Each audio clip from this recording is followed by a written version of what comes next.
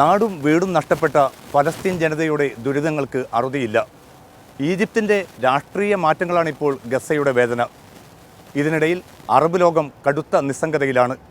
നേരത്തെ ഫലസ്തീനൊപ്പം നിലയുറപ്പിച്ച ഇന്ത്യയും ചേരി മാറിയിരിക്കുന്നു. ഈ മാറ്റങ്ങളെക്കുറിച്ചാണ് വീക്കെൻഡ് അറേബ്യയിൽ ഇക്കുറി ആദ്യം.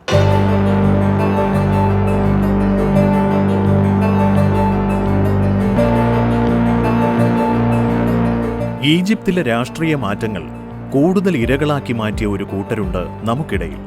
അത് ഫലസ്തീൻ സമൂഹമാണ്. ഗസയിലെ ഫലസ്തീൻ ജനതയുടെ ഇപ്പോഴത്തെ ദുരിതങ്ങൾ വിവരണാതീതമാണ്. ആപൽക്കരമാം വിധം ഈ വേട്ടയാടൽ തുടരുമ്പോൾ ശത്രുവിനൊപ്പം ചേർന്ന് ചിരിക്കുന്നവരിൽ ഒപ്പമുണ്ടാകുമെന്നുറപ്പിച്ച മറ്റു ചിലർ കൂടിയുണ്ട് എന്നതാണ് ഏറെ വിചിത്രം. റഫ അതിർത്തിയിൽ വന്ന നിയന്ത്രണങ്ങളാണ് ദുസ്സഹം. പുറം ലോകവുമായുള്ള ഏക അതിർത്തി കവാടമാണ് റഫ ഗസ നിവാസികൾക്ക്. മുർസി ഭരണകാലത്ത് ഫലസ്തീൻ ജനത അനർഹമായി എന്തോ നേടിയെടുത്തു എന്ന തോന്നൽ മാധ്യമങ്ങളിലൂടെ വരെ സൃഷ്ടിക്കാൻ ഈജിപ്തിലെ സൈനിക ഭരണകൂടം ശ്രമിച്ചു. അതോടെ പകപോക്കൽ സമീപനത്തിന് നിയമസാധുത കൈവന്നു. നിത്യോപയോഗ വസ്തുക്കളുടെ കടത്തു മുടങ്ങിയത് ഗസ നിവാസികളുടെ ജീവിതം കൂടുതൽ ദുരിതപൂർണമാക്കി. ഒപ്പം ഇസ്രായേൽ തുടരുന്ന കുരുതിയും നിയമവിരുദ്ധ കുടിയേറ്റങ്ങളും ശക്തിയാർജിക്കുകയും ചെയ്തിരിക്കുന്നു. ഇസ്രായേലുമായുള്ള ചർച്ചയും വഴിമുട്ടി. ഇറാൻ പ്രശ്നത്തിൽ ഒബാമയുടെ അമേരിക്കയോടുള്ള എതിർപ്പ് ഫലസ്തീൻ ക്രൂരത അധികരിപ്പിക്കാനും ഇസ്രായേലിനെ പ്രേരിപ്പിച്ചു. വൻ ശക്തികൾ മാത്രമല്ല, എല്ലാവരും തികഞ്ഞ മൗനത്തിലാണ്. ആഭ്യന്തര സമസ്യകൾക്ക് ഊന്നൽ നൽകിയതോടെ അറബ് ലോകത്തും ഫലസ്തീൻ പ്രശ്നം പിറകിലേക്ക് വഴിമാറി. അറബ് ലീഗ് ഉച്ചകോടിയിൽ പുറത്തുവിടുന്ന പ്രസ്താവനകളിലെ സ്ഥിരം വാചകങ്ങൾക്കപ്പുറം അവയ്ക്ക് ചേതനയില്ലാതെ പോകുന്നു. എന്നാൽ പ്രത്യാശയ്ക്ക് വകുപ്പുണ്ട്. സർക്കാരേതര സംഘടനകളും പൗരാവകാശ കൂട്ടായ്മകളും ഒറ്റപ്പെട്ട മനുഷ്യരും ചേർന്ന് ഫലസ്തീൻ പ്രശ്നം ജീവത്താക്കി നിർത്താൻ ശ്രമിക്കുന്നു. എല്ലാ രാജ്യങ്ങളിലും കാണാം അതിൻ്റെ അലയൊലികൾ.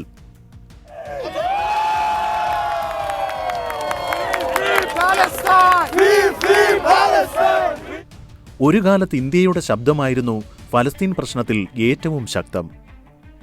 ചേരിചേരാ രാജ്യങ്ങളുടെ കൂട്ടായ്മയ്ക്ക് ഇന്ത്യ നായകത്വം വഹിച്ചപ്പോൾ രാജ്യം നഷ്ടപ്പെട്ടവന്റെ ആകുലതകൾ ഇന്ത്യ ഏറ്റുവാങ്ങി. പൊരുതുന്നവനോടൊപ്പം തന്നെ നമ്മുടെ ഭരണസിരാ കേന്ദ്രവും ചേർന്നു നിന്നു. എന്നാൽ 90കളിൽ റാവു സർക്കാർ അധികാരത്തിലിരിക്കെ ഉദാരവൽക്കരണത്തോടൊപ്പം ഇസ്രായേൽ സൗഹൃദ നയത്തിനും തുടക്കമായി.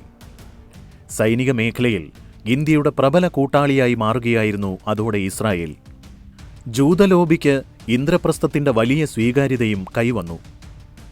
വൻതുകയുടെ ആയുധ ഇടപാടുകളാണ് 2 പതിറ്റാണ്ടുകൾക്കിടയിൽ ഇന്ത്യയും ഇസ്രായേലുമായി നടന്നത്. അപ്രഖ്യാപിത കരാറുകൾ ഇതിനു പുറമേയാണ്. ഇന്റലിജൻസ് വിവരങ്ങളുടെ പങ്കുവയ്ക്കൽ നിർബാധം തുടരുന്നു.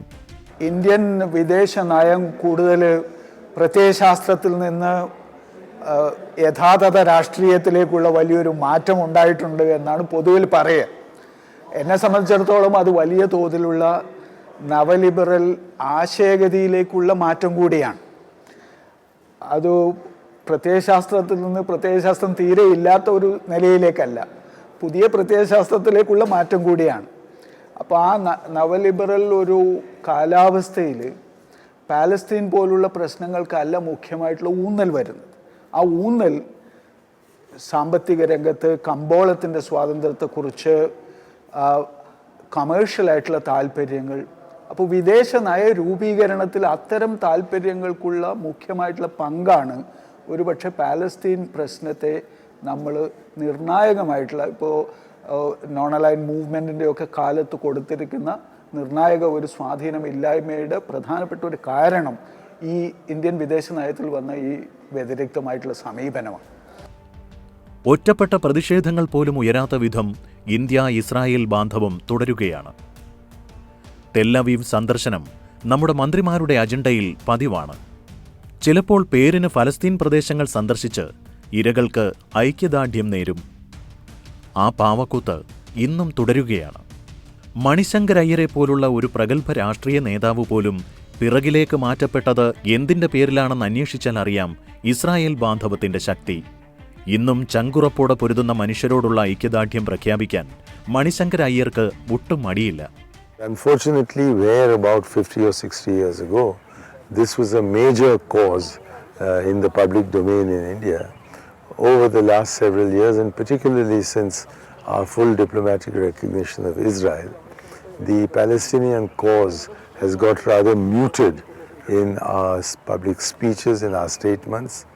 We make the occasional token gesture in their direction, but the passion that is required to ensure justice to the Palestinian people, without which there can be no peace for the Palestinian people. മറ്റൊരു രാഷ്ട്രീയ നേതാവ് രാംവിലാസ് പാസ്വാനും തുറന്നു പറയുന്നു ഇതേ പ്രതിബദ്ധത. Solution क्या कहते हैं कि जो इजराइल्स के कहते हैं काउज हैं, गवर्नमेंट को साफ साफ कहनी चाहिए भारत सरकार को कि भारत क्या कहते हैं कि फिलिस्तीन्स के काउज के साथ में है।